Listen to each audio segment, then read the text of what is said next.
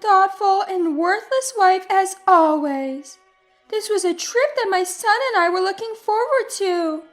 You, who have no part in this, can go home right away."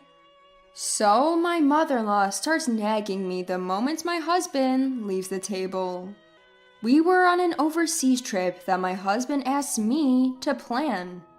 Well, if she goes that far, it's inevitable. I'll go home. What happens to the two of them after that is none of my concern.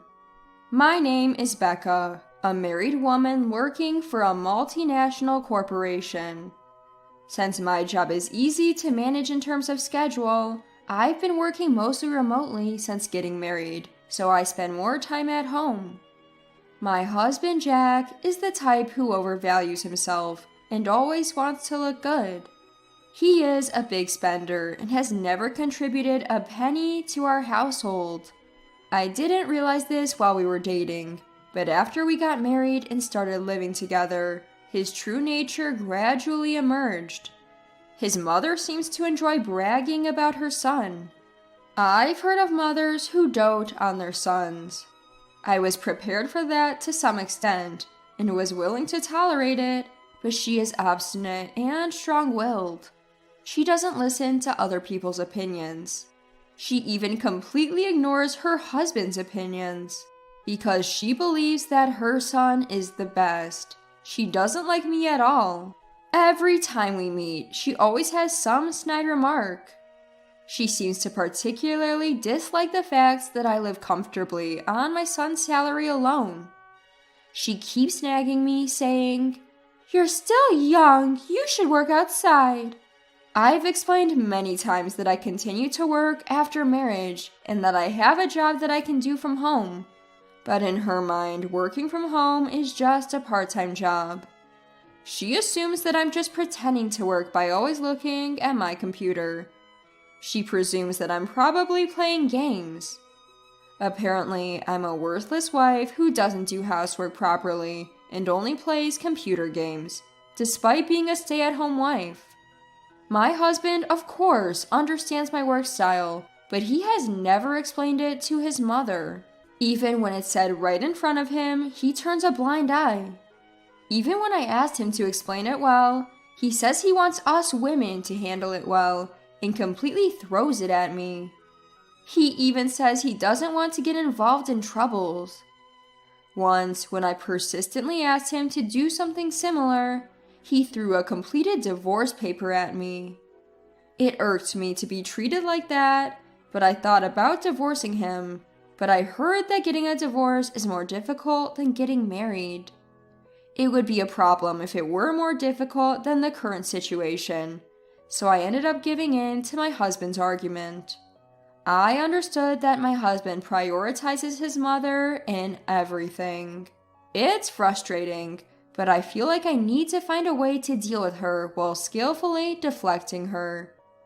I didn't agree to divorce because of this change in my feelings, but it seems that my husband thinks I'm head over heels for him and didn't want to break up. His pompous attitude is getting worse day by day. It's cute when a child tries to act grown up, but when an adult does it, it's rather a turnoff. I've learned to ignore his pompous words and act as if I haven't seen his actions. There is another reason why I didn't divorce him. Due to my husband's job, we live quite a distance from my in-laws. We meet once a year, or at most, twice a year. I thought I could tolerate that much. While the world was making a fuss about having 9 consecutive days off if you take a vacation on weekdays, both my husband and I were working. In my case, American holidays don't matter much because I adjust my schedule according to international circumstances. As for my husband, it's just that he wasn't taking 9 consecutive days off according to the calendar. When he returned home after his first day back at work, he announced, "Let's go on an overseas trip." When I asked him what he was talking about, he said that his colleagues had taken a vacation and made it a 9-day holiday to go on an overseas trip, and he was quite proud of it, which made him incredibly annoyed and regretful. I was dumbfounded by his childishness, but I haven't been on a trip this year, so I suggested a domestic trip. The reason being my husband has no experience with overseas trips, so if we were to go overseas, he would have to apply for a passport. There won't be a problem if you're with me. You're fluent in multiple languages. I studied abroad when I was a student and have been on many overseas trips when I was single. In addition to English, I can hold a conversation in Spanish and a bit of Chinese if necessary. When my mother back home got hooked on Korean dramas, I studied Korean with her. However, I didn't get much opportunity to use it, so I'm not very confident. Sure, compared to my husband, I might be good at languages, but that doesn't mean that applying for passports will be finished in a snap. I tried to persuade him to go abroad during the summer or winter, but he wouldn't listen at all. On the contrary, despite having no experience, he decided on the country to visit, took leave without permission, and told me to make it work on the schedule. It's not a tour? Why should I have to act with strangers? He furthermore declared that English is a universal language and that we should have no problem. If it's just the two of us, I thought, maybe it's fine. But before I knew it, he said, That's right, I promised to take Mom along. I'll count on you for that too. Your mother-in-law too? Even for me, taking care of two inexperienced people abroad is too much. You should show some filial piety once in a while. Maybe you can gain some favor by doing so. Aren't I a kind and good husband? This is for your own good, Becca. You should be grateful. He said things that made it seem like he was doing me a favor, but arguing against it started to seem foolish. I decided to quietly make reservations as my husband instructed, and I came up with another good idea. Starting from applying for my mother-in-law and husband's passports, booking flights and hotel reservations, it's a lot of trouble. But in order to implement my idea, I patiently fulfilled all my husband's wishes and created a perfect schedule. On the day of the overseas trip, my mother-in-law, who knows nothing of my troubles, cheerfully and childishly exclaimed, "Just as I expected from my son. It's a long journey overseas. The seats are business class, aren't they?" Knowing my husband, he probably said something like, "I'll take you there." He probably bragged about himself, saying things like, "I made the reservations," and "I planned the schedule." The truth is, I did everything and my husband did nothing. They did nothing and left all the procedures to me. What's more, the two of them, who have hardly any experience with airports, moved around on their own while I was doing the procedures, walked around aimlessly even when it was boarding time, and I had a hard time finding them. The airport staff even asked, "Would you like us to make a call announcement?" It's Becca's fault for not telling us the boarding gate. It was such a fuss, but they showed no remorse, saying, "And this wife was planning to have fun by herself, leaving us behind." During the flight, they behaved relatively quietly, but it was honestly annoying and embarrassing every time they called a flight attendant. Several hours later, we arrived in the destination country. After finishing immigration procedures and such, just when I thought I could finally head straight to the hotel and take a break, my husband turned pale and said, "I'm going to the bathroom," and thrust his luggage at me and ran away. I don't understand why only my husband got sick when we ate the same thing. He had been grinning and calling his favorite flight attendant. I guess this is his divine punishment. Serves him right. "Becca, you really are an inconsiderate daughter-in-law. How long are you planning to stay here?" "Huh?" "This trip, my son planned it for me. It's a mother-son trip without the need for a daughter-in-law. You're a money grubber who doesn't even work. How brazen of you to think you can enjoy this trip for free. Go home now." "Are you sure?" "Whether it's good or bad, I can't have fun when you're here." I see. That's not good. Alright then, I'll go home now. I handed my husband's luggage back to my mother-in-law, only taking my carry-on and turned my back to her.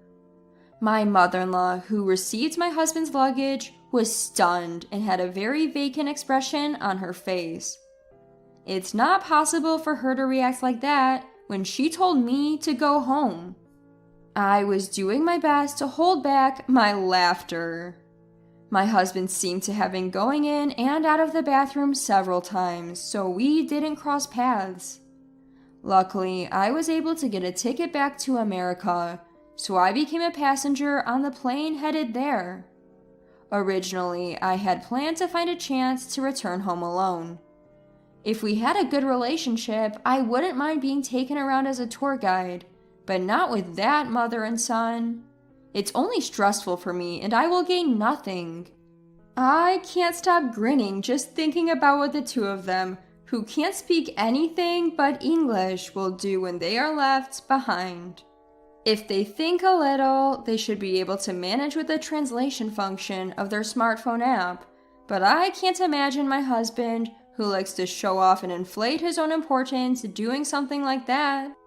When I safely returned back, after making a few detours, I headed straight to the luxury hotel where my parents were waiting. My husband Jack told me to show respect for my parents, so I treated them to a luxury trip in upstate New York. They were to travel there leisurely on a popular scenic route, enjoying the scenery and meals along the way. I managed to meet up with them earlier than planned, much to their surprise. When I briefly explained the situation, they were taken aback. They were astounded that I had agreed to such a request from Jack. My phone was bombarded with calls and messages from Jack, all of which I ignored. I switched off my phone and enjoyed the stay to my heart's content. When I returned home after parting with my parents, I received a call from the embassy. According to their explanation, Jack had returned from the restroom to find his mother, my mother-in-law, sitting alone. Despite being surprised that I was not there, he was livid. He tried to contact me but couldn't get through, so he decided to make his way to the hotel by himself. However, not knowing where to go, he was visibly flustered when a kind person spoke to him in broken English. He was led away after being told that they knew the place and would take him there, only to be robbed of all his money, passport, and valuables. My mother-in-law was even stripped of her jewelry. When he was found standing on the street looking destitute, the police picked him up and referred him to the embassy for help. That's how he was able to contact me. The embassy official asked me to come and pick him up. He couldn't withdraw money because his wallet, which contained his bank cards, had been stolen. However, I asked back why I, a stranger, had to do that. I explained that I was already divorced from the man who was there. The truth was, I had kept the divorce papers he had thrown at me some time ago. Back then, I decided not to proceed with the divorce, as I had heard it would be a lot of trouble, but this time I had reached my limit. After filling in the divorce papers, I headed to the hotel right after landing back in the States. To my surprise, the divorce was accepted without any fuss. I already had a new place lined up and the contract had been signed while making the travel arrangements. I didn't want to use the furniture I had shared with Jack. It made my skin crawl. In my new place, I planned to buy everything new, so I packed for both the trip and the move at the same time. All I need to bring to the new place is my work tools and my favorite clothes. I could easily have everything else sent by the courier at a specified date and time. The embassy staff did not ask anything more from me, and the conversation ended.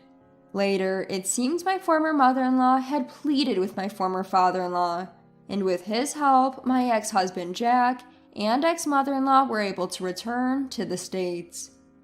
However, Jack, who had blown his top, contacted me. You left me and divorced me without my knowledge? Abandoned? No, I just obeyed your mother's instructions to leave. If you have any complaints, talk to your mom. And please consider the business class flight I arranged for you on your return as my farewell gift. I also reminded him that he was the one who had first brought up the divorce papers. I only filed the divorce papers he had prepared, fulfilling his wish for a divorce. Do you think such sophistry will work? How much more do you want to embarrass me? Embarrassed? How so? If you want to feel embarrassed, I have a better story. Want to hear it? What is it? Well, did you know you're a regular at an adult entertainment club? You're pretty invested in a favorite girl there, aren't you? Rather than contributing money to the household, you were heavily splurging on her. But you ended up in debt when her demands escalated, right? I had an investigation agency look into a debt collection letter addressed to Jack that had been delivered to our house. Although Jack was a good spender, his obsessive behavior seemed to be a turnoff. His favorite girl's true feelings were that she thought he would eventually stop coming if she kept asking for more money and expensive gifts. I wonder what Jack felt when he heard that. That's quite an embarrassing story, isn't it? If you make any more fuss or contact me again, I'll spill the beans to your company. Got it? Being disliked by the girl he was infatuated with would be an unbearable humiliation for Jack, considering his personality. If this became known, it would be a great embarrassment. Jack, who until now had been aggressive, just said, "Got it," in a feeble voice and ended the call. A few days later, my ex-father-in-law contacted me. He told me he had also divorced his wife, my ex-mother-in-law. I thought it was unnecessary as we were no longer related, but it seemed he contacted me to expose my ex-mother-in-law's true nature, as we both had been treated poorly by her. My former father-in-law, suspicious of his wife's behavior, investigated while she was out and discovered that his retirement savings had been depleted. The money was apparently spent on beauty treatments and cosmetic procedures. As I'm not familiar with such things, I was totally unaware. When asked for a woman's perspective, I was stumped because I hadn't noticed it either. I guess seeing someone only once a year makes changes more noticeable, but I truly hadn't picked up on anything. I even asked my former father-in-law, "Are you sure it's for beauty treatments?" She seems to have sunk quite a bit into it, but there's no visible change. Perhaps there were slight changes that only my former mother-in-law could notice. It felt like throwing money down the drain. Naturally, my former mother-in-law, who was kicked out penniless, turned to her son Jack. However, Jack, the backbone of the family, is up to his eyeballs in debt. After his divorce from me, he even lost his apartment for failing to pay the rent. Now, he and his mother seem to be living in a drafty, run-down apartment. Yet, his mother has no intention of working and won't quit her beauty treatments.